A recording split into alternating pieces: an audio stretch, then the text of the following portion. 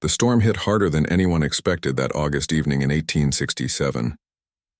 Rain pounded against the wooden boards of the small farmhouse, and wind howled through the Texas plains like an angry wolf.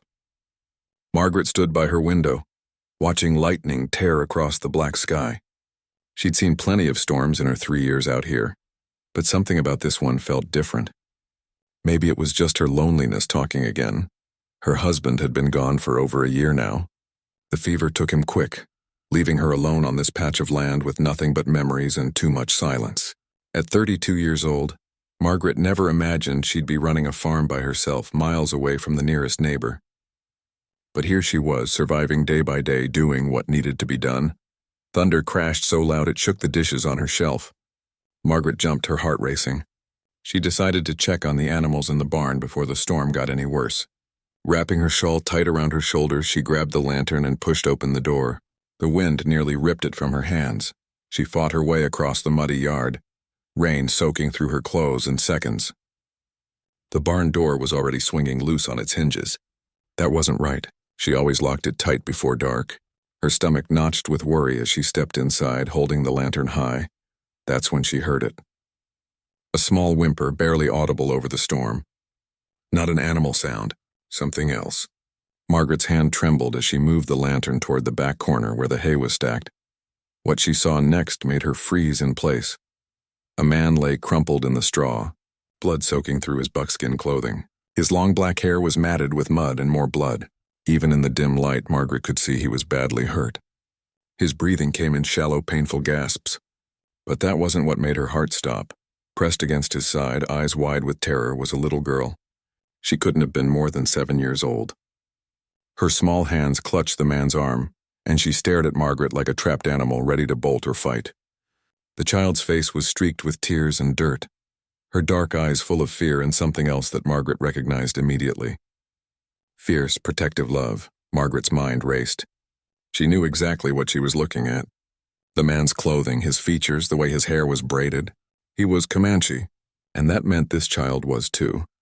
Every sensible thought in her head screamed at her to walk away, to pretend she'd never seen them. The tensions between settlers and the Comanche tribes had been brutal for years. Just last month, the Henderson family 3 miles south had been attacked. 2 people dead. The whole territory was on edge, full of anger and fear and hatred.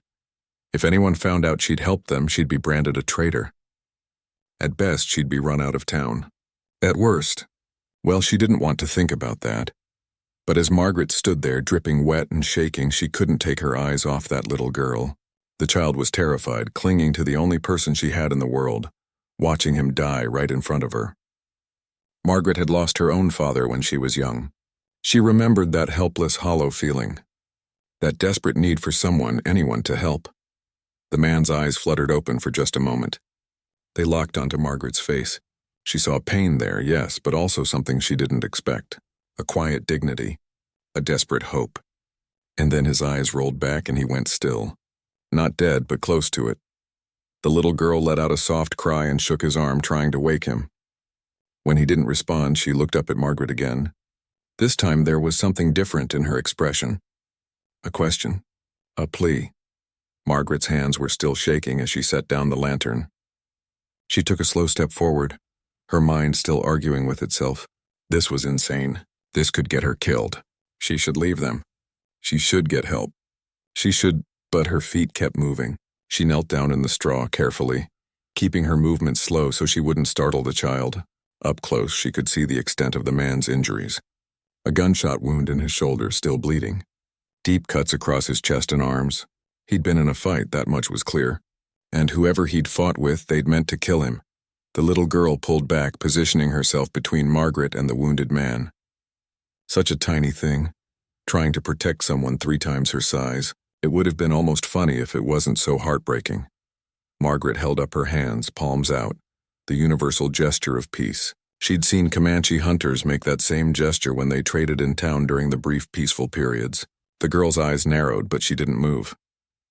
"I want to help," Margaret said softly, even though she knew the child probably couldn't understand her. "Please, let me help him." For a long moment, they just stared at each other. Woman and child. 2 different worlds, 2 different lives. connected now by pure chance and a storm that wouldn't stop raging outside. Then, slowly, the little girl shifted slightly to the side. Not much, just enough. An opening. A chance. Margaret moved carefully, examining the man's wounds as best she could in the lantern light. He was burning up with fever, his skin hot to the touch. The shoulder wound was bad, but the bleeding had mostly stopped. The cuts were deep but clean. With proper care, he might survive. Might, but she couldn't treat him here. If anyone came by and found them in her barn, it would be over before she could explain. She needed to hide them. Somewhere safe. Somewhere no one would think to look. The root cellar. It was small, dark, and uncomfortable, but it was hidden beneath the floor of her kitchen. No one knew about it except her. Her husband had built it for storing vegetables and preserves, but it could hold 2 people. Barely. The problem was getting them there. The man was unconscious and much too heavy for her to carry alone. And she still wasn't entirely sure the little girl wouldn't try to run off into the storm the moment Margaret turned her back. Margaret made a decision. She pointed to herself. "Margaret," she said clearly. Then she pointed to her house, visible through the barn door between lightning flashes. She made a gesture of carrying something, then pointed to the man. The girl watched her carefully, processing. Margaret could almost see her mind working, weighing options, calculating risks. This child had learned to survive in a hard world. That much was obvious. Finally, the girl gave a tiny nod. Relief washed over Margaret. She stood up, her wet clothes heavy and cold, and looked down at the impossible situation she'd just committed herself to. She was about to hide 2 Comanche people in her home, in the middle of hostile territory, while a storm raged outside like heaven itself was angry at the world. She thought about her husband, about what he would have said. He'd been a practical man, not given to grand gestures or reckless choices. But he'd also been kind. He'd believed in helping people when you could. Margaret picked up her lantern and looked at the little girl one more time. "All right then," she said, more to herself than anyone else. "Let's get your father inside before we all freeze to death." She didn't know it yet, but that decision, made in a storm-darkened barn with rain hammering down and fear running through her veins, would change everything. Not just for her, but for everyone their lives would touch. Some choices are like that. They look small in the moment. They feel impossible and scary and maybe even stupid. But they're the ones that matter most. Getting the wounded man into the house was harder than Margaret ever imagined. Even with the little girl trying to help, his weight was too much. Margaret had to fashion a makeshift sled from an old door, drag him through the mud and rain, and somehow maneuver him down the narrow stairs into the root cellar.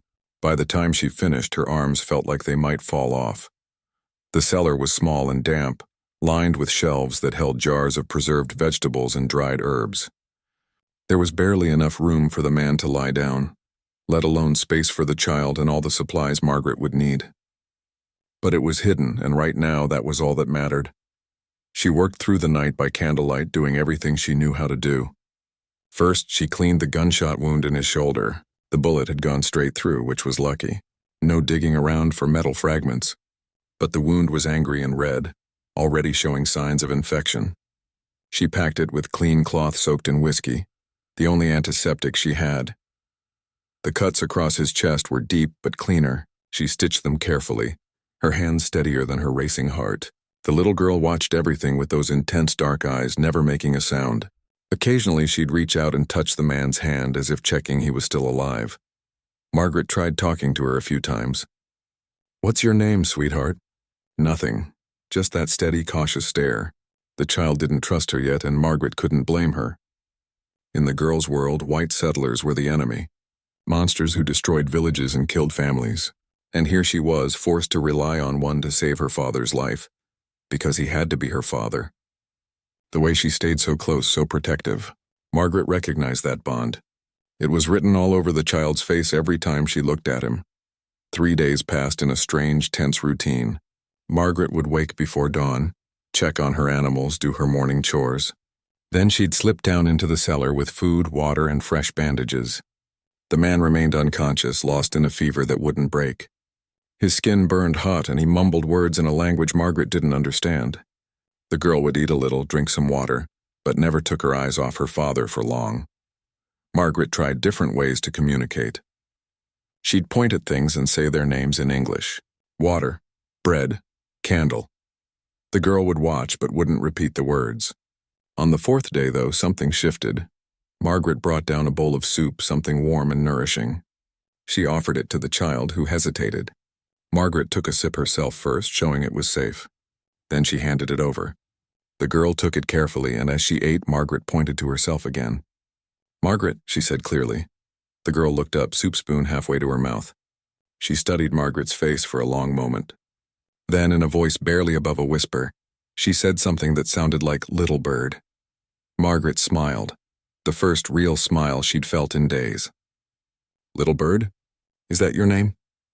The girl didn't respond, but Margaret saw the slightest softening in those guarded eyes. It was a start. A tiny crack in the wall between them.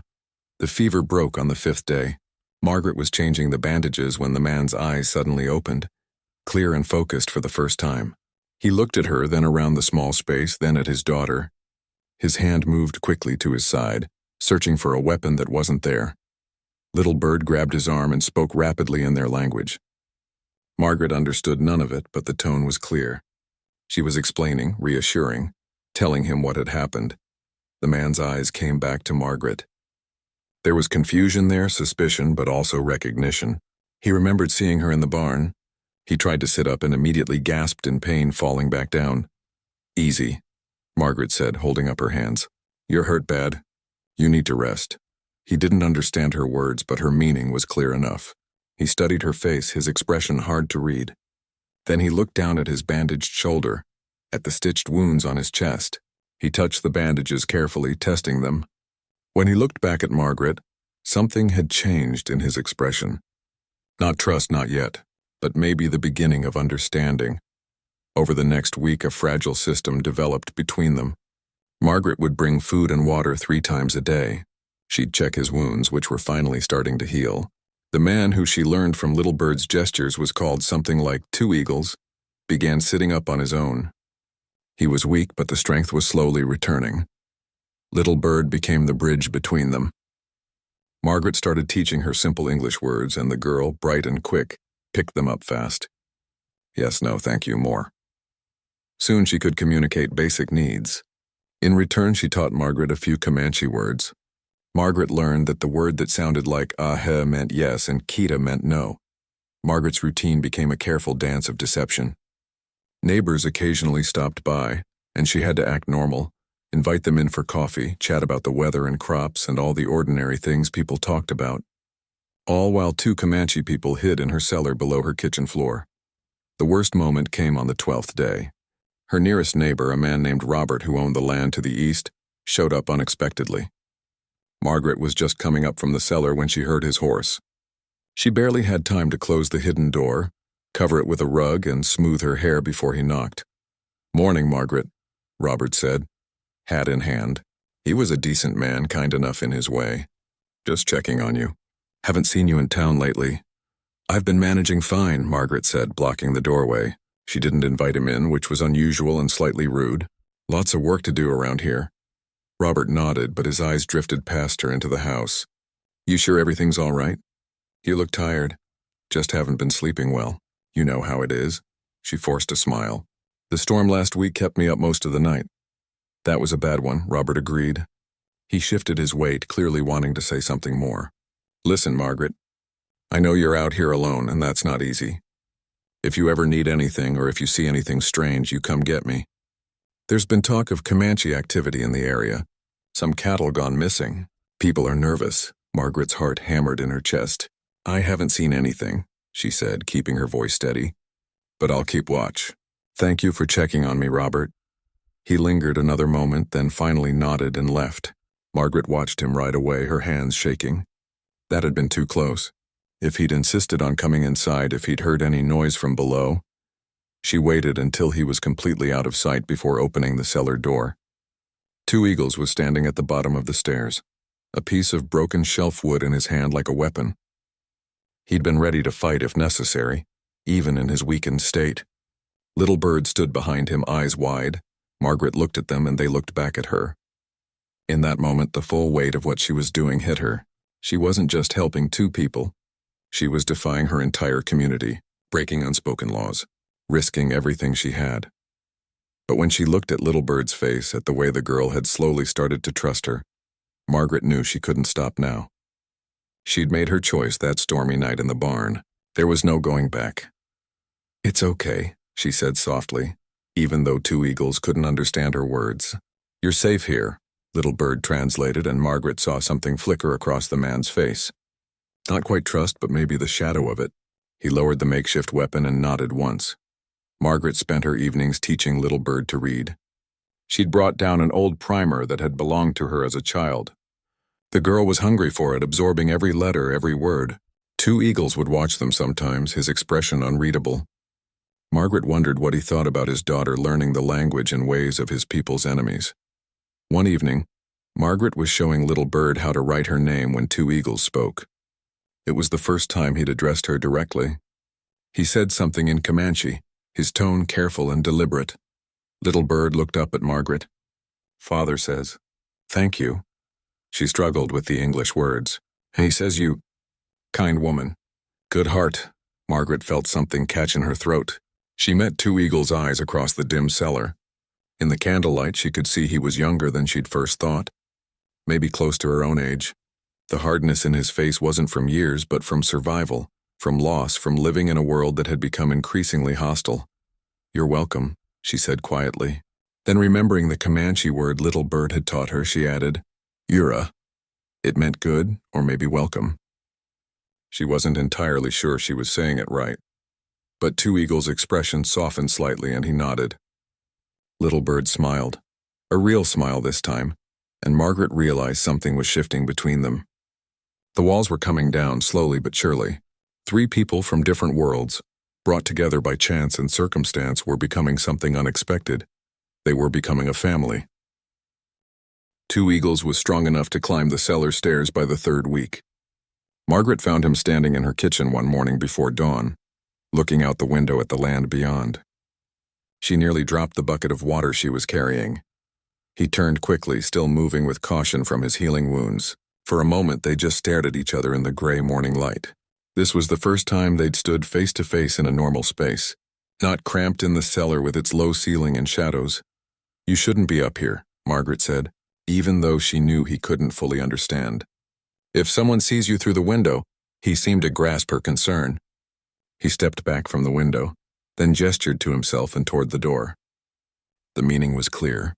He was thinking about leaving. Little Bird appeared at the top of the cellar stairs, rubbing sleep from her eyes. She saw her father and Margaret facing each other and stopped, sensing the tension. Margaret set down her bucket. She'd known this moment would come eventually. Two Eagles was healing. He was restless, confined. Of course he wanted to leave, to return to his people, but the thought of them going filled her with an unexpected sadness. The house would be so empty again, so quiet. Two Eagles spoke, his voice low and serious. Little Bird listened, then turned to Margaret. The girl's English had improved remarkably over the past weeks. "Father says he must go.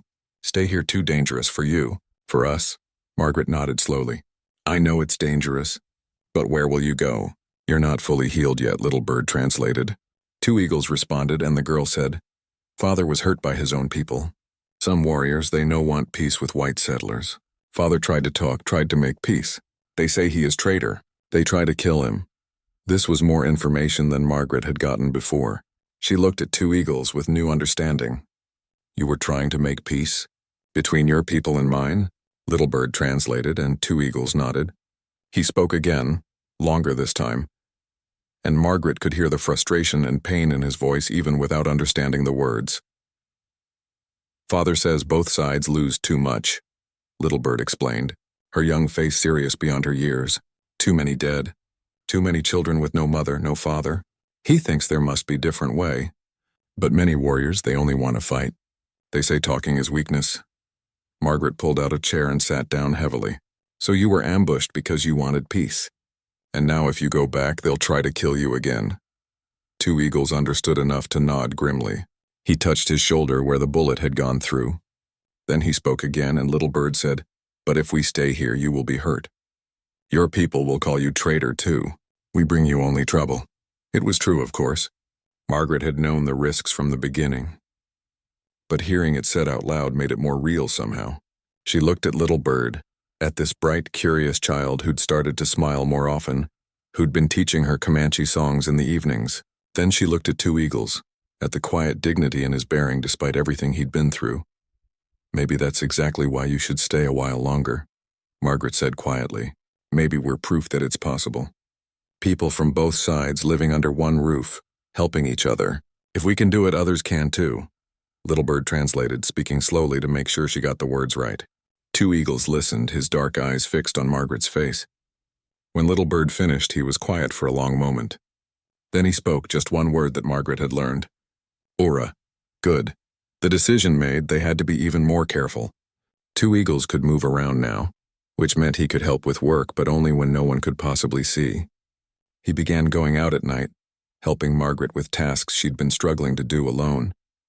Chopping wood, repairing the fence that the livestock kept breaking through, fixing the barn roof that had started leaking. Margaret was amazed at how much he could do. He had skills she'd never seen before, knowledge passed down through generations. One night he showed her how to predict weather by watching the way smoke rose from her chimney and how the animals behaved. Another night he fixed her well, which had been giving her trouble for months using techniques she'd never heard of. In return, Margaret taught him English. He was slower to learn than Little Bird, but he was determined. They'd sit at her kitchen table after dark, the curtains drawn tight, and she'd point at objects and say their names. Table, chair, cup, knife. He'd repeat the words carefully, his accent thick but his pronunciation improving each day. Little Bird would watch them sometimes with a knowing look that seemed too old for her age. One evening after Two Eagles had gone back down to sleep in the cellar, the girl turned to Margaret. "You like Father," she said simply. Margaret felt her cheeks warm. "Of course I like your father. He's a good man." "No," Little Bird said, shaking her head. "You like him, the way man and woman like each other." Margaret didn't know what to say. She'd been trying not to think about the feelings that had been growing in her chest, the way her heart beat faster when Two Eagles smiled, the way she found herself watching him when he didn't know she was looking. It was foolish, impossible. They were from completely different worlds. "It doesn't matter," Margaret said finally. "Even if I did, nothing could come of it. He'll return to his people when it's safe. You both will. And I'll stay here." Little Bird tilted her head, studying Margaret with those wise eyes. "Maybe," she said. "Or maybe world can change." But the world didn't seem ready to change. If anything, tensions were getting worse. When Margaret went into town for supplies the next week, all anyone could talk about was Indian troubles. More livestock gone. A freight wagon attacked on the eastern road. Fear was spreading like wildfire, and with it came anger.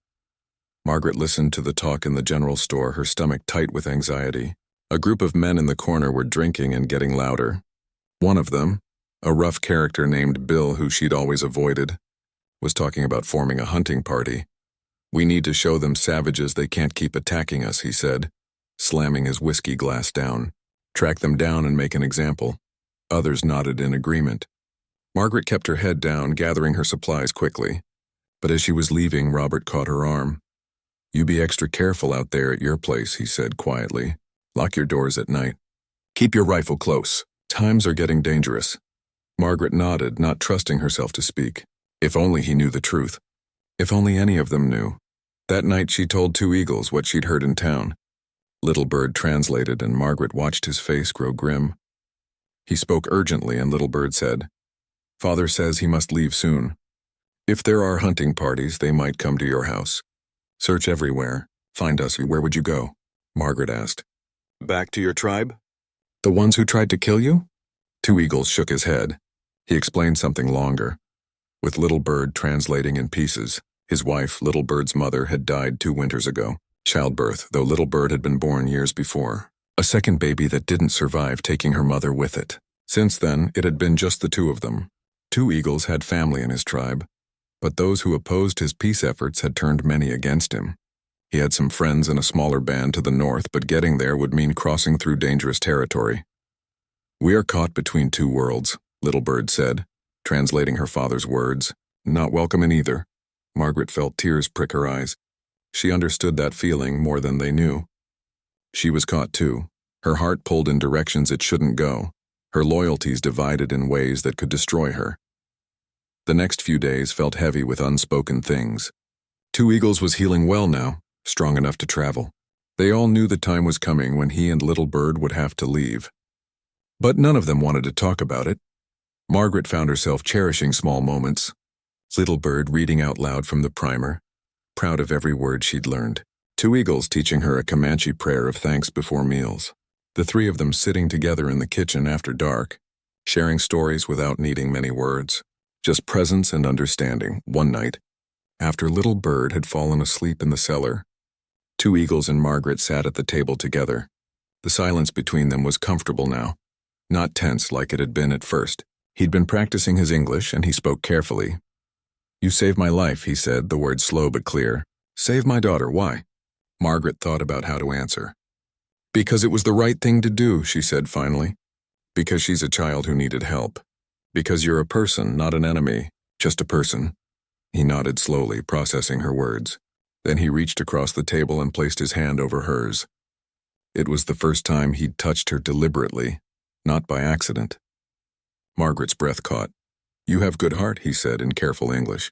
"In any world, any people, you have good heart." Margaret looked at their hands, dark and light against the rough wooden table. Two people who should have been enemies. Two people whose worlds were at war. But here in this quiet kitchen lit by a single candle, none of that seemed to matter. "What do we do?" she whispered. Two Eagles didn't answer right away. When he finally spoke, Little Bird had taught him enough words to say what he meant. "We do what we can. Help each other. That is enough." Summer turned to early fall, and still Two Eagles and Little Bird remained. What was supposed to be temporary became something else. Days turned into weeks, weeks into months. The three of them fell into a rhythm that felt almost normal, though they all knew it was anything but. Two Eagles took to doing most of his work in the hours before dawn and after dusk. He'd repaired nearly everything on Margaret's property that needed fixing. The fence was sturdy now. The barn roof didn't leak. The well ran clear. Her small vegetable garden, which had been struggling, suddenly flourished under his care. He showed her which plants grew well together and how to read the soil. Margaret had never been much of a farmer, truth be told. Her husband had handled most of that before he died. But Two Eagles was teaching her things that went beyond simple farming. He showed her how to track rabbits by their prints, how to find edible plants she'd walked past 100 times without knowing, how to understand the land in a way she never had before. "The earth speaks," he told her one evening, his English much better now. "You just need to listen." Little Bird was growing too, in ways that made Margaret's heart swell. The girl was reading at a level beyond her years now, devouring every book Margaret owned. She could write her name in both English and the symbols Two Eagles taught her from his own language. She'd started helping with cooking, learning recipes from both her father's people and Margaret's traditions. The girl had even started calling Margaret by a Comanche name that meant something like kind mother. Margaret had cried the first time she heard it, but danger was always lurking at the edges of their small secret world. The hunting parties Robert had mentioned became real. Groups of armed men rode through the territory regularly now, looking for any sign of Comanche presence. Twice they'd stopped at Margaret's house asking questions, looking around with suspicious eyes. Margaret had gotten good at lying, better than she ever thought she could be. Yes, she was managing fine alone. No, she hadn't seen anything unusual. Yes, she'd let them know if she did. She'd smile and offer coffee and act like a simple widow woman who barely understood what was happening in the territory. Meanwhile, Two Eagles and Little Bird would be hidden in the cellar, barely breathing, praying the men wouldn't decide to search more thoroughly. The closest call came on a Tuesday afternoon. Margaret was in town buying flour when she overheard two men talking about checking all the outlying farms. They suspected someone was helping Comanche scouts, maybe hiding them or giving them supplies. They planned to search every building, every cellar, every barn within 20 miles. Margaret's blood ran cold. She finished her shopping as quickly as she could without seeming rushed, then rode home faster than was wise. When she burst through her door, Two Eagles was already standing there, his face serious. Somehow he'd sensed something was wrong. "They're coming," Margaret said breathlessly. "Search parties. They're going to check everywhere," Little Bird translated quickly. Two Eagles' jaw tightened. He looked around the small house that had become a sanctuary, then back at Margaret. He spoke rapidly in Comanche. Father says we must leave now, Little Bird said, her voice trembling. Before they come. We put you in too much danger already. No, Margaret said firmly. It's too dangerous out there in daylight. They're everywhere. You wouldn't make it a mile. Two eagles understood enough English now to argue. Cannot stay. They find us, they kill you too. Margaret's mind raced. He was right that they couldn't stay in the cellar. If the men were searching thoroughly, they'd find the hidden door eventually. But sending two eagles and Little Bird out into the open was suicide. There had to be another way. Then it hit her. The old line shack, she said. Up in the north pasture. It's been abandoned for years. Nobody even remembers it's there. She'd discovered it months ago while checking on some stray cattle. Just a tiny one-room cabin, half falling apart, hidden in a thick grove of trees. Her husband had mentioned it once, something built by the previous owner. It was on her land, but so far out and so overgrown that even she'd forgotten about it until she'd stumbled across it. Two eagles looked uncertain. Margaret pulled out a scrap of paper and quickly drew a rough map. Here, she said, pointing. Follow the creek bed north. Stay in the water so you don't leave tracks. After about 2 miles, you'll see a big split oak tree.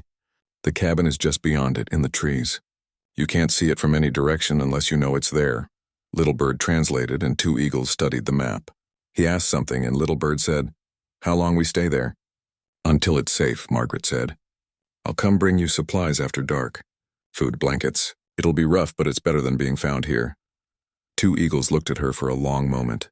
Then he reached out and touched her face gently, his thumb brushing her cheek. It was an intimate gesture, one that made Margaret's heart hammer.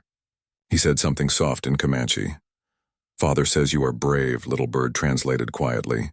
Braver than many warriors he has known. Margaret blinked back tears. Go now, before anyone comes. Take whatever you can carry quickly. They moved fast, gathering blankets, some food, a knife. Little Bird hugged Margaret tight before they left. We come back? She asked, her eyes worried. I promise, Margaret said, though she had no idea if she could keep that promise. I'll come find you tonight, now go. Be safe.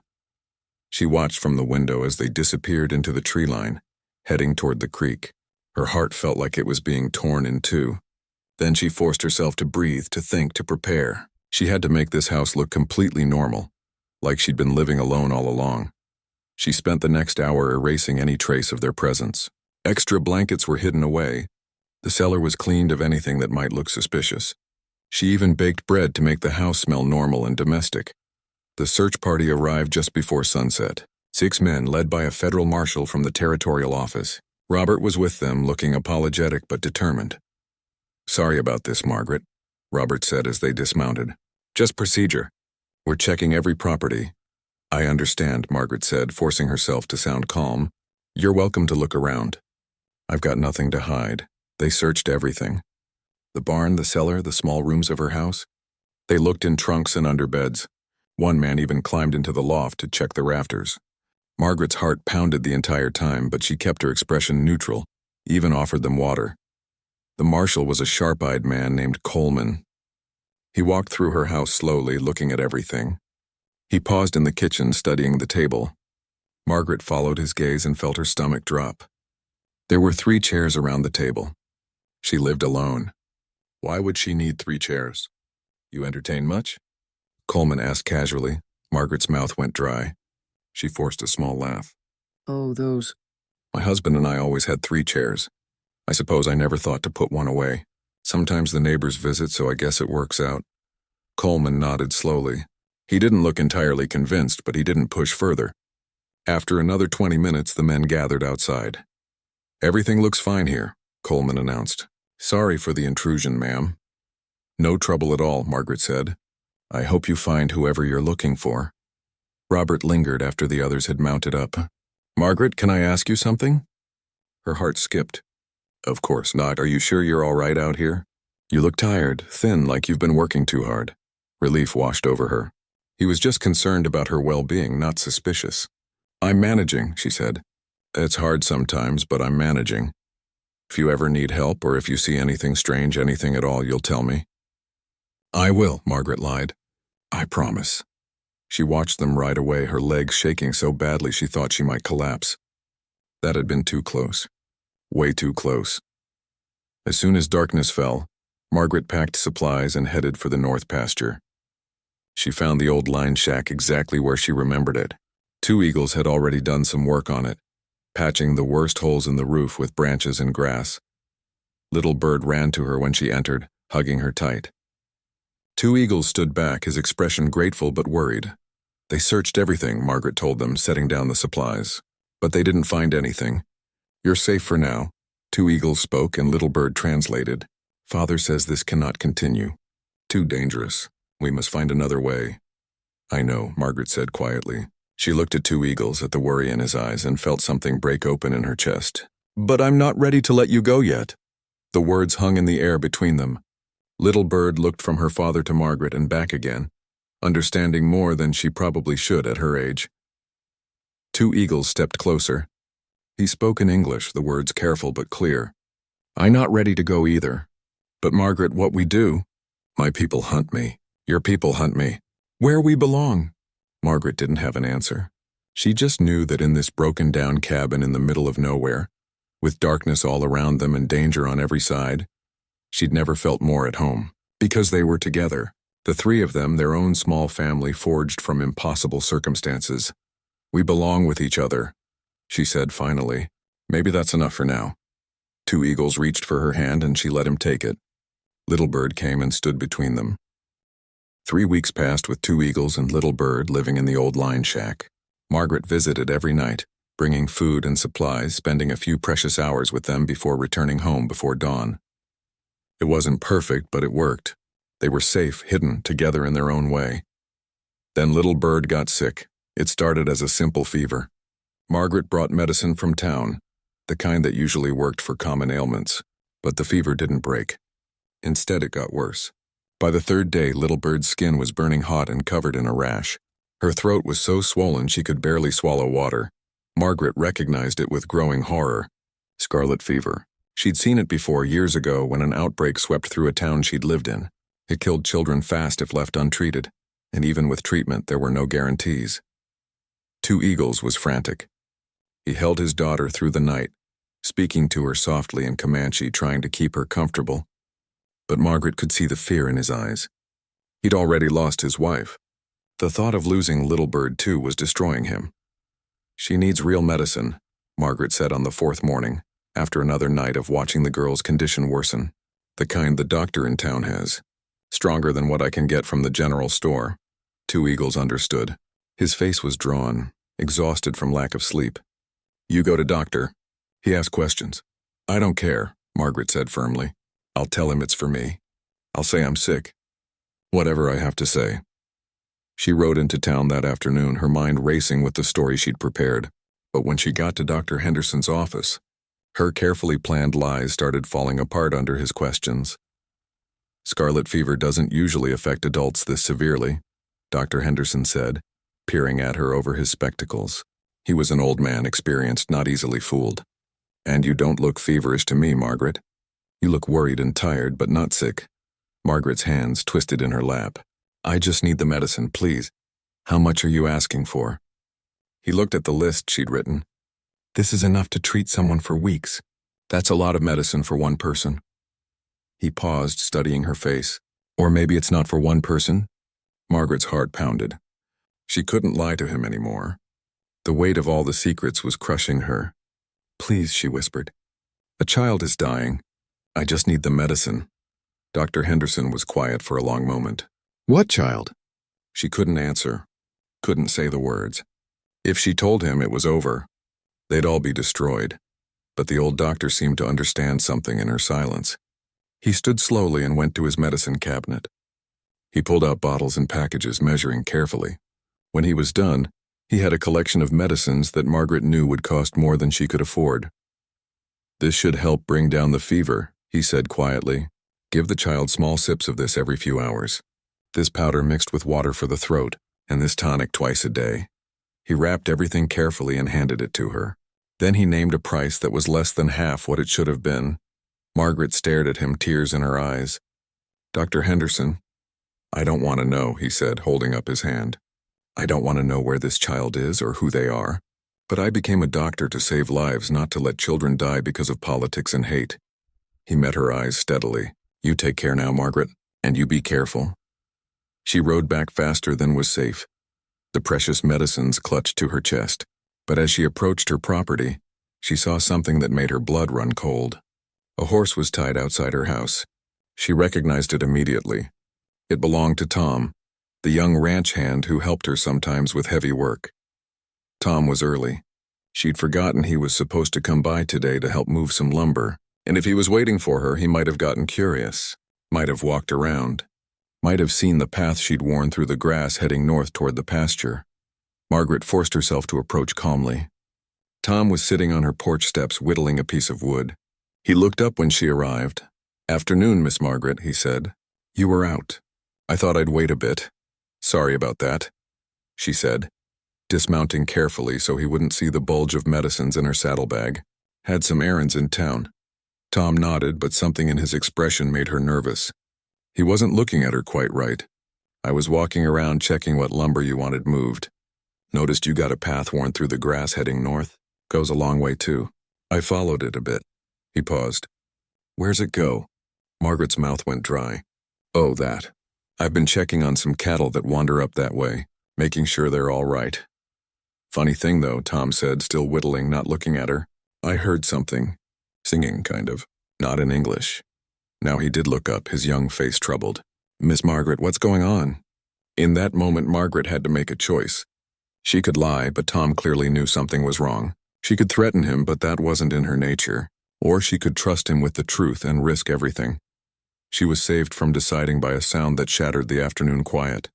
A child's scream, high and terrible, cutting through the air from the direction of the north pasture. Little bird, Margaret didn't think. She just ran. She heard Tom shouting behind her, but she didn't stop. She ran through the grass, following the path, her lungs burning. She could hear Two Eagles' voice now, too, calling out in Comanche, desperate and afraid. She burst into the clearing where the line shack stood. Two Eagles was outside, holding Little Bird in his arms. The girl was convulsing, her small body rigid, her eyes rolled back. The fever had gotten worse. Much worse. Margaret rushed to them, dropping to her knees. She pulled out the medicine with shaking hands. "Give her this," she said, measuring out the fever reducer. "We have to cool her down, now." Two Eagles was speaking in rapid Comanche, his voice breaking. He was losing her. They were losing her. Margaret heard footsteps behind her. Tom had followed. She turned and saw him standing at the edge of the clearing, his face pale, taking in the scene. "A Comanche warrior, a sick child. Margaret with her medicines, Tom," she said, her voice steady despite her fear. "That child is dying. I need your help. You can turn us in after if you want, but right now I need you to help me save her life." Tom stood frozen for a moment that felt like an eternity. Margaret could see the struggle on his face. Everything he'd been taught, all the hatred and fear, warring with what he was seeing right now. A father terrified for his daughter. A child who needed help. Then Tom moved. He came forward and knelt down. "What do you need me to do?" Between the three of them, they worked frantically. They got the medicine into Little Bird, though she was barely conscious. They cooled her with wet cloths. They took turns holding her, keeping her as comfortable as possible. Hours passed. The sun went down.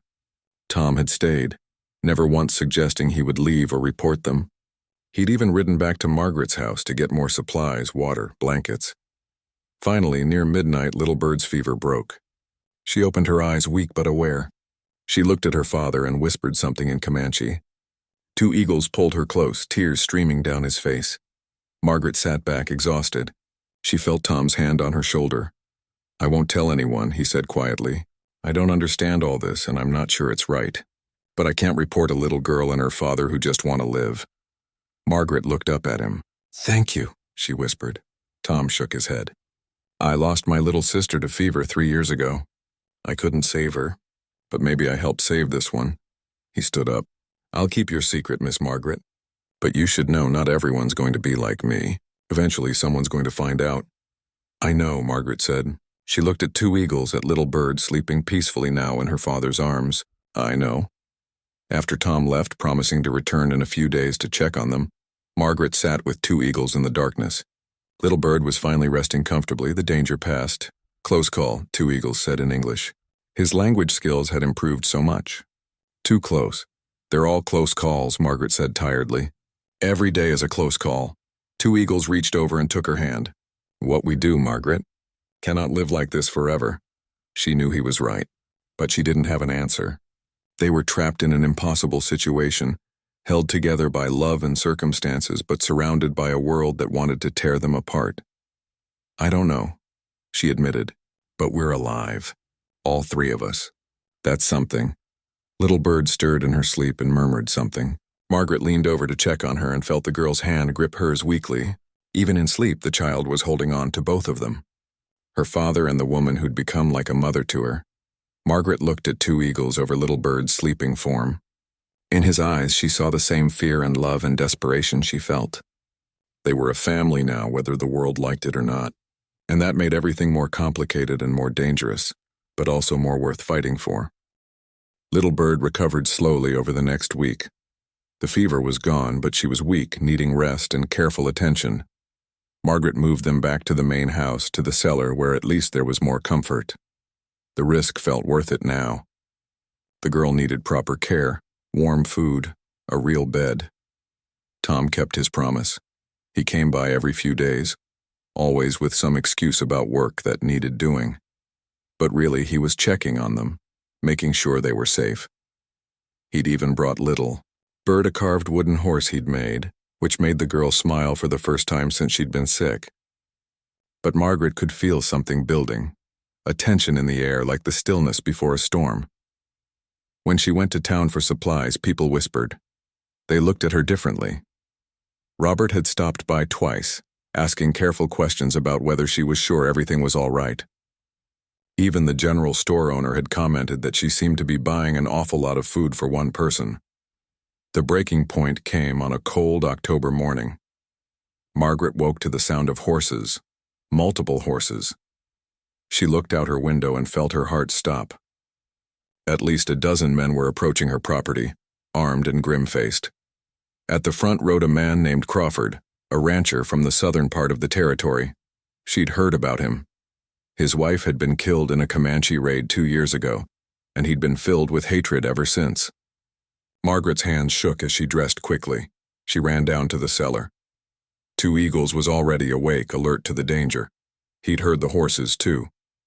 They're here, Margaret said. A lot of them. Two Eagles stood, his face set. I go out. I surrender. Maybe they leave you alone. No, Margaret said firmly. They'll kill you. Better than you die for hiding me. He looked at Little Bird, still sleeping. Better than they find her. Little Bird's eyes opened. She'd been pretending to sleep, but she'd heard everything. Papa, no, she said, her voice still weak from illness. A loud banging came from the front door. A voice shouted, Margaret Mitchell, we know you're harboring a savage. Send him out. Margaret's mind raced. She looked at Two Eagles, at Little Bird, at these two people who'd become her whole world. Then she made her decision. She grabbed her rifle from the corner. Stay here, she told them. Both of you, don't come out no matter what you hear. She climbed the stairs and walked out onto her porch, rifle in hand but pointed at the ground. The morning sun was just rising, casting long shadows across the yard. The group of men sat on their horses in a semicircle, surrounding her house. Crawford dismounted and walked forward. He was a big man, hard-faced, with eyes that had seen too much pain and turned it into rage. We know you got one of them here. Tom, your ranch hand, he told us. Margaret's heart sank. Tom had betrayed them after all. But then she saw Tom himself, standing off to the side, his face bruised and bleeding. 2 other men were holding his arms. He caught her eye and shook his head slightly. They'd beaten it out of him. I don't know what you're talking about, Margaret said, keeping her voice steady. Don't lie to us, another man shouted. We got witnesses. People who seen smoke from that old line shack on your land. Heard strange sounds. Tom told us everything before we even had to press him hard. Crawford took another step forward. Just send him out, Margaret. You don't need to die for a savage who'd kill you soon as look at you. You don't know what you're talking about, Margaret said. You don't know anything about him. I know enough, Crawford spat. I know they're murderers. I know they killed my Sarah, left her for me to find. I know they don't deserve mercy. Margaret felt something break open inside her. All the fear, all the secrecy, all the impossible weight of the past months came pouring out. And what about the Comanche women and children killed by settlers? What about the villages burned? You think only your side feels pain? You think only your side loses people they love? The men shifted uncomfortably. Some looked angry, but others looked uncertain. Margaret kept talking, her voice growing stronger.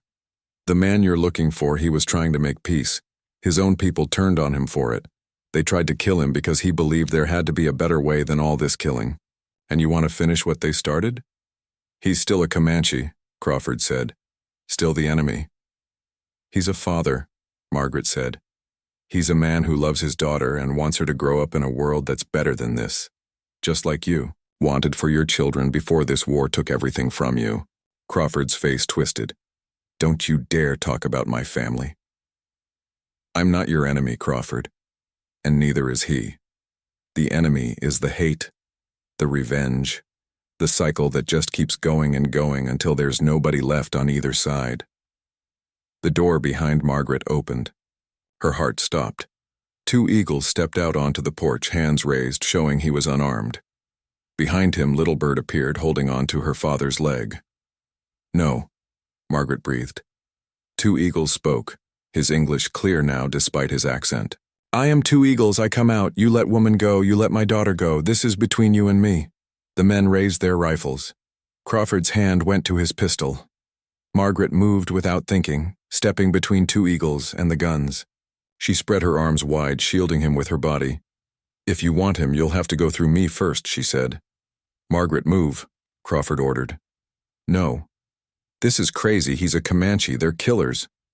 He's never killed anyone who wasn't trying to kill him first, Margaret said. He's been living here for months and he's done nothing but help me. He's fixed my farm, taught me things that are keeping me alive out here.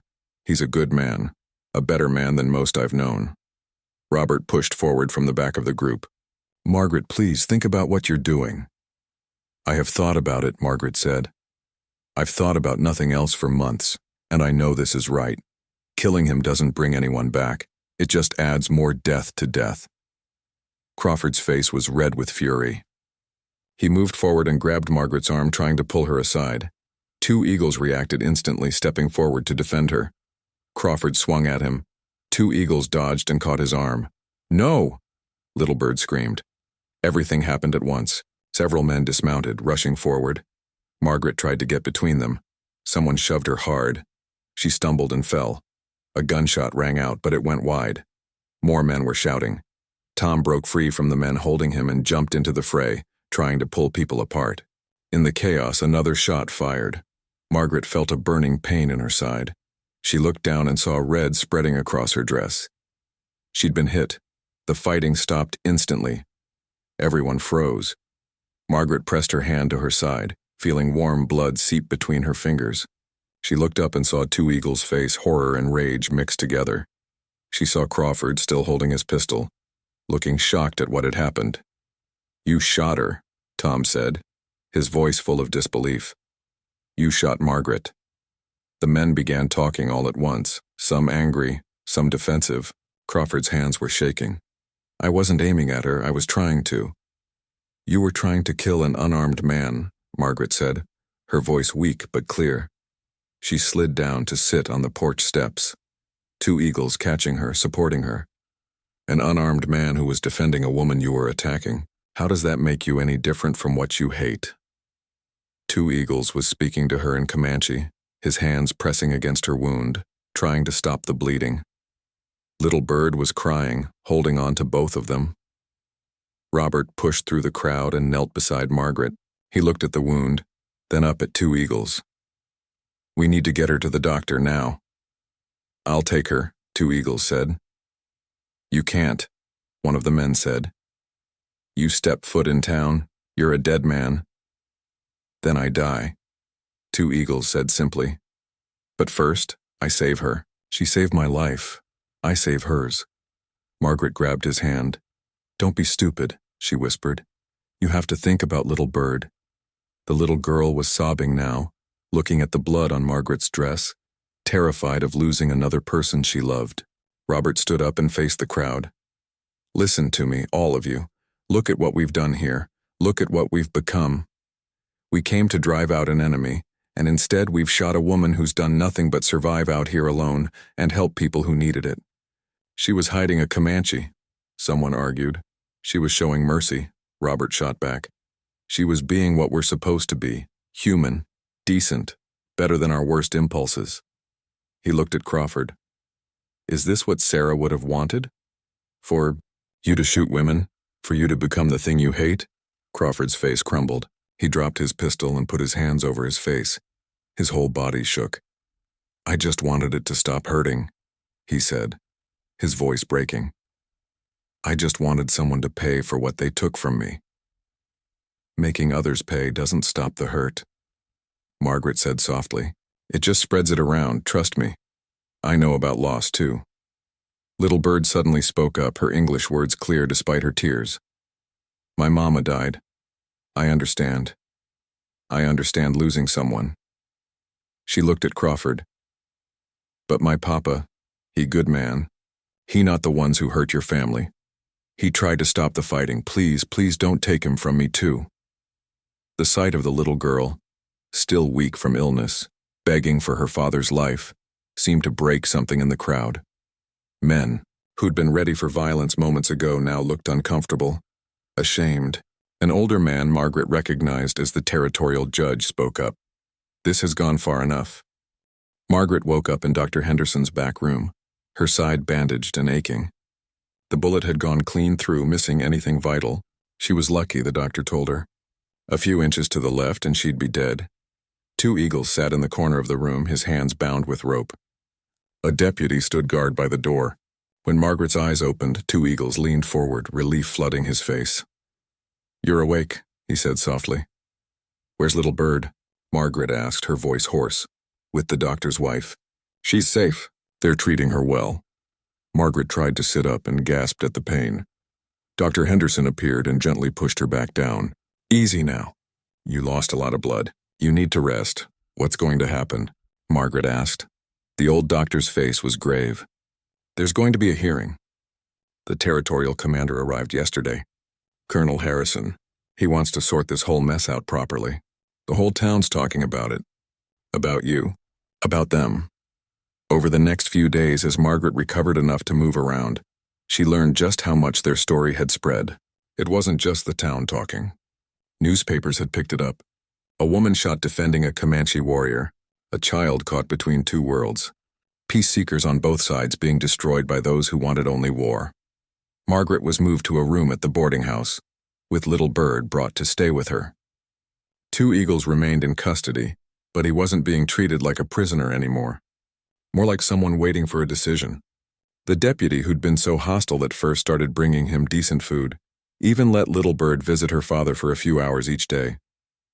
The hearing was set for the following Monday. Colonel Harrison, a stern man with gray hair and sharp eyes, interviewed everyone involved.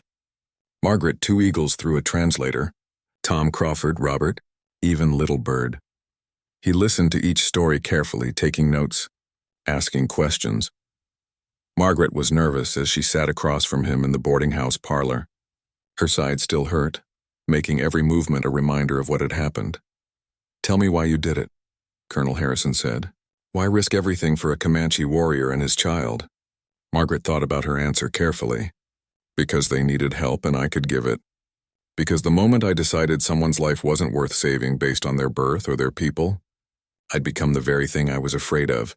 Some would call you a traitor, the colonel said. Some do call me that, Margaret replied. I've heard it shouted at me in the street. But I can't see how mercy is betrayal. I can't see how helping a child and her father survive makes me an enemy. Harrison nodded slowly. Tell me about Two Eagles. What kind of man is he? Margaret spoke for nearly an hour, telling him everything. How Two Eagles had been trying to negotiate peace when his own people turned on him. How he'd taught her to survive on her land. How gentle he was with his daughter. How he'd been willing to surrender himself to save Margaret's life. The colonel listened without interrupting. When she finished, he said, You care for him, not just as someone you helped, but as a man. Margaret felt her cheeks warm, but she didn't deny it. Yes, I do. I know that's complicated and probably wrong in most people's eyes. But yes, Harrison sat back in his chair. And what do you think should happen now? I think he should be free, Margaret said firmly. He's committed no crimes. He's been trying to prevent violence, not cause it. And little Bird needs her father. She's already lost her mother. Taking him from her would be cruel. Word spread through town that the colonel was considering releasing 2 eagles. The reaction was mixed. Some people, like Dr. Henderson and his wife, supported it. They'd seen little Bird, seen how sick she'd been, how much she loved her father. They'd talked to Margaret and believed her story. But others were furious. Crawford and his supporters argued that letting a Comanche go free, especially after what happened, would encourage more attacks. That it would make settlers look weak. Several merchants threatened to close their businesses in protest. A town meeting was called. Margaret insisted on attending, despite Dr. Henderson's protests that she wasn't well enough. She limped into the church that served as the meeting hall, little Bird holding her hand, and found it packed with people. The noise was overwhelming. People shouting, arguing. Some called for 2 eagles to be hanged. Others argued for mercy. Margaret found a seat near the front and pulled little Bird close. Colonel Harrison stood at the front waiting for the crowd to quiet down. When they finally settled, he spoke. I've spent the past week investigating this situation thoroughly. I've heard from everyone involved. Now I want this community to hear what I've learned. He talked about 2 eagles' history, about his attempts to broker peace. He talked about the attack by his own people that had nearly killed him. He talked about Margaret's actions, how she'd risked everything to save them. This man is not your enemy, Harrison said firmly. In fact, he's been trying to do exactly what we all claim we want. Find a way to stop the killing. Find a path to peace. Peace? Someone shouted from the back. There can't be peace with savages who kill our families. A Comanche voice responded, startling everyone. 2 eagles had been brought to the meeting, though he stood guarded at the side. He spoke in his own language, his voice carrying across the room. Then he repeated it in careful English. My people say same thing. They say cannot have peace with settlers who burn villages, who kill our children. Both sides have pain. Both sides have blood. When does it end? The room went silent. People shifted uncomfortably. 2 eagles continued, speaking slowly to make sure everyone understood. I lose my wife. My daughter almost die. This woman, he gestured to Margaret. She have every reason to hate my people. Her husband die. She live alone because of war between us, but she choose to help. She choose to see me as man, not enemy. That is how peace starts, with one person choosing different. Father Miguel, the mission priest, stood up. He's right. I've spent my life trying to bring peace to this territory, and I can tell you it will never happen through violence. Only through people like Margaret and 2 eagles who are willing to see the humanity in each other. More people spoke. A woman whose son had died in a raid stood up. Margaret expected her to demand justice, revenge. Instead, she said, My boy died 3 years ago. I've been angry ever since. But looking at that little girl, she pointed at little Bird. I see my son at that age, innocent, just wanting her father. And I realize if we keep going like this, she'll grow up like me, bitter and alone. Maybe it's time to try something different. Not everyone agreed. Crawford stood and spoke about his pain, his loss. But even he seemed less certain now. I don't know if I can forgive, he said quietly. But maybe I don't have to keep adding to the pile of bodies. The debate went on for hours. Finally, Colonel Harrison raised his hand for silence. I've made my decision. 2 eagles will be released on conditions. He will return to his people to advocate for peace. He'll serve as a liaison between the Comanche bands and the territorial government. We'll give peace a real chance. Relief flooded through Margaret. Little Bird squeezed her hand tight. But then Harrison continued and Margaret's relief turned to ice. However, little Bird cannot go with him. It's too dangerous. She'll remain here in Margaret's custody, if Margaret agrees to formally adopt her. The room erupted again. Little Bird burst into tears. 2 eagles' face showed pure anguish. Margaret felt like she couldn't breathe. No, she said, standing up despite the pain. You can't separate them. She needs her father. This is the compromise, Harrison said firmly. 2 eagles goes free but dedicates himself to peacemaking. Little Bird gets safety and education here. It's the best solution. It's not a solution, Margaret said, her voice shaking. It's cruel. Harrison's expression softened. It's the only way this works, Margaret. I'm giving you all a chance here. A real chance. But there have to be consequences, compromises. This is what I can offer. That night, back at the boarding house, Margaret sat with Two Eagles and Little Bird. The little girl clung to her father, crying. Two Eagles held her, his own eyes wet with tears. I can't let you go, Papa. Little Bird sobbed. I can't. Two Eagles spoke to her in Comanche, his voice gentle but sad. Then he switched to English so Margaret could understand. I must go. I must try to stop the fighting.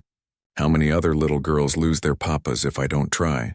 But you're my papa, Little Bird said. I always be your papa. Nothing changed that. He looked at Margaret over his daughter's head. And you have Margaret now. She love you. She take care of you. I don't want to choose, Little Bird cried. Margaret felt her own tears falling. She moved closer and put her arms around both of them. You're not choosing, sweetheart. You get to keep both of us. We'll just be apart for a while. How long? Little Bird asked. No one had an answer for that. Two Eagles pulled back and looked at his daughter seriously. Listen to me. You are strong. You are smart. You learn everything Margaret teaches you. You learn both worlds, our people's ways and their ways. Someday you use that to help bring peace. You be the bridge we need. Can you do that? Little Bird wiped her eyes. Even through her tears, there was determination in her face. I can do that, Papa. That's my girl. Two Eagles held her close again, memorizing the feeling, knowing it might be a long time before he could hold her like this again. The morning Two Eagles had to leave came too quickly. Margaret woke before dawn, unable to sleep. She could hear Little Bird crying softly in the next room. The girl had barely slept for 3 nights, dreading this moment. They gathered at the edge of town as the sun rose. Colonel Harrison had arranged for Two Eagles to be escorted to the territorial boundary, where he'd meet with representatives from the peaceful Comanche bands. From there, he'd begin the dangerous work of trying to convince both sides that there was another way. Margaret stood with Little Bird, holding the girl's hand tightly. Tom was there too, having become a quiet supporter of their small, strange family. Dr. Henderson and his wife came to say goodbye. Even Robert showed up, bringing a horse and supplies for Two Eagles' journey. Two Eagles knelt in front of his daughter. He'd dressed in his traditional clothing, his long hair braided carefully. He looked like a chief now, dignified and strong, even though Margaret could see the pain in his eyes. He pulled out a small leather pouch from his belt. His medicine bag, Margaret knew, the most precious thing he owned, passed down from his father and his father before him. This is yours now, he told Little Bird in English, pressing it into her small hands. Keep it safe. Remember where you come from. Remember your people, your mother, me, but also learn from Margaret. Learn from this world. Someday you bring both worlds together. Promise me. Little Bird clutched the medicine bag to her chest, tears streaming down her face. I promise, Papa, I promise. Two Eagles pulled her into a fierce hug. Margaret could see his shoulders shaking. He whispered something in Comanche, words Margaret couldn't understand but felt in her soul. A father's blessing, a father's love, a father's heartbreak. When he finally let go, he stood and faced Margaret. They looked at each other for a long moment. So much had happened between them. So much had changed since that stormy night when she found him bleeding in her barn. Thank you, he said quietly. For my life. For my daughter's life. For showing me that enemies can become family. Margaret's throat was tight. Thank you for teaching me to see beyond fear. For trusting me with the most precious thing in your world. Two Eagles reached out and touched her face gently. The same gesture he'd made once before. In different world, different time, maybe we could have been more than this. Maybe, Margaret whispered. But we're something now. That's worth everything. He pulled something else from his belt. A small carved bird made from smooth wood. He'd been working on it for weeks in secret. For you, to remember. Margaret took it, her hands shaking. It was beautiful, delicate, perfect. I could never forget. Two Eagles turned to Little Bird one more time. Be strong, my daughter, be brave. I will come back when I can, and I will carry you in my heart every moment until then. I love you, Papa. Little Bird sobbed. I love you, little star. He used the Comanche name he'd given her at birth. More than the sky loves the earth. More than water loves to flow, always. Then he mounted his horse. He looked back at them one more time, his face a mask of controlled emotion. Margaret wrapped her arms around Little Bird as the girl waved desperately at her father. Two Eagles raised his hand in farewell. Then he turned his horse and rode away, accompanied by the colonel's escort. They watched until he disappeared over the horizon, swallowed by the vast Texas plains. Little Bird collapsed against Margaret, sobbing so hard she could barely breathe. Margaret held her tight, her own tears falling silent and steady. They stood there long after everyone else had left, just the two of them holding each other in their shared grief. The weeks that followed were hard. Little Bird barely spoke at first. She'd sit for hours clutching her father's medicine bag, staring out the window toward the north where he'd gone. Margaret tried everything to comfort her, but some pain had to be felt, had to run its course. Slowly, gradually, the girl began to heal. She started reading again, started helping with chores, started asking Margaret to teach her more things. She threw herself into learning with an intensity that amazed everyone. English, arithmetic, reading, writing. But she also made Margaret promise to help her remember her Comanche heritage. The language, the stories, the traditions her father had taught her. Margaret did her best. She wrote down everything she could remember, Two Eagles teaching them. She found books about Comanche culture and history. She made sure Little Bird never forgot where she came from. The adoption was finalized 3 months later. Little Bird became legally Margaret's daughter. The girl had chosen to keep the name Little Bird in addition to taking Margaret's last name. She was Little Bird Mitchell now. A child of two worlds. Years passed. Little Bird grew into a remarkable young woman. She was fluent in both English and Comanche. She could read and write better than most adults. She understood both cultures, both ways of seeing the world, and she used that knowledge exactly as her father had hoped. She became a translator, working with the territorial government and various Comanche bands to negotiate peaceful agreements. Margaret watched her daughter with immense pride. The little girl who'd been so scared in that barn had become a bridge between worlds. She'd made her father's dream real. Margaret herself never remarried. People asked occasionally. Robert had even expressed interest once, years ago, but she'd politely declined. Her heart belonged to someone she could never have, riding somewhere out there trying to prevent the very wars that had brought them together. They received news of Two Eagles occasionally. Messages passed through tribal networks, through other translators. He was alive. He was having some success. Small peace agreements here and there. Fewer raids. Less bloodshed. It was slow, difficult work, but he was making a difference. Margaret kept the carved bird he'd given her on her windowsill. Every morning she'd touch it and whisper a prayer for his safety. Every night she'd wonder if he was looking at the same stars, thinking of her and Little Bird the way they thought of him. Little Bird, now 17, came home one evening with news. "There's going to be a gathering," she said, her eyes bright with hope. "Representatives from all the major Comanche bands meeting with territorial officials. They want me to translate, and Father will be there." "I'll see him again," Margaret's heart leaped. "When? 3 weeks?" "In the capital." Little Bird grabbed Margaret's hands. "Will you come with me? I need you there." "Of course," Margaret said. "Of course I'll come." The journey took 5 days. Margaret was in her 40s now, her hair showing streaks of gray. Little Bird had become a beautiful young woman, tall and strong with her father's eyes and bearing. People stared at them sometimes. This white woman and Comanche daughter so obviously devoted to each other. The gathering was held in a large building in the capital. Dozens of people were there. Government officials, military officers, Comanche chiefs, and warriors. The tension was thick, but there was also hope. Real hope for lasting peace. Margaret stood at the back of the room while Little Bird took her place as translator. She watched her daughter work with amazement. The girl commanded respect from everyone present. She spoke with authority, with fairness, with wisdom beyond her years. Then Two Eagles entered the room. Margaret's breath caught. He was older now, his face more lined, his hair showing gray like hers. But he carried himself with the same dignity she remembered. He was dressed in traditional clothing, a chief now in truth, representing those who wanted peace. His eyes scanned the room and stopped when they found Little Bird. Margaret saw his face transform.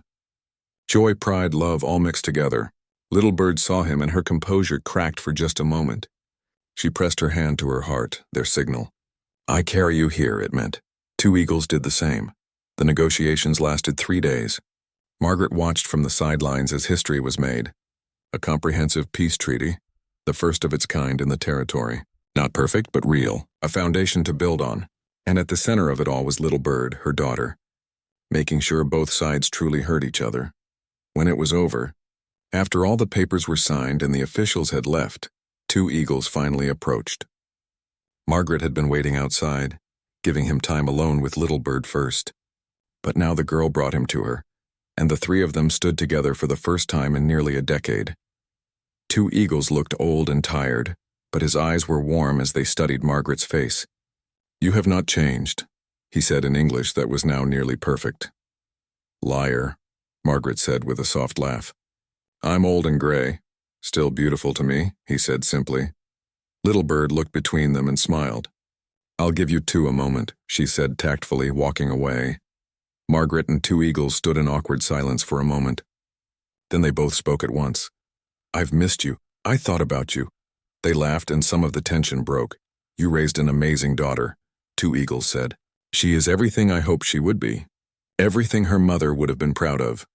She's everything you taught her to be, Margaret replied. Strong, brave, compassionate. That came from you. From both of us, Two Eagles corrected.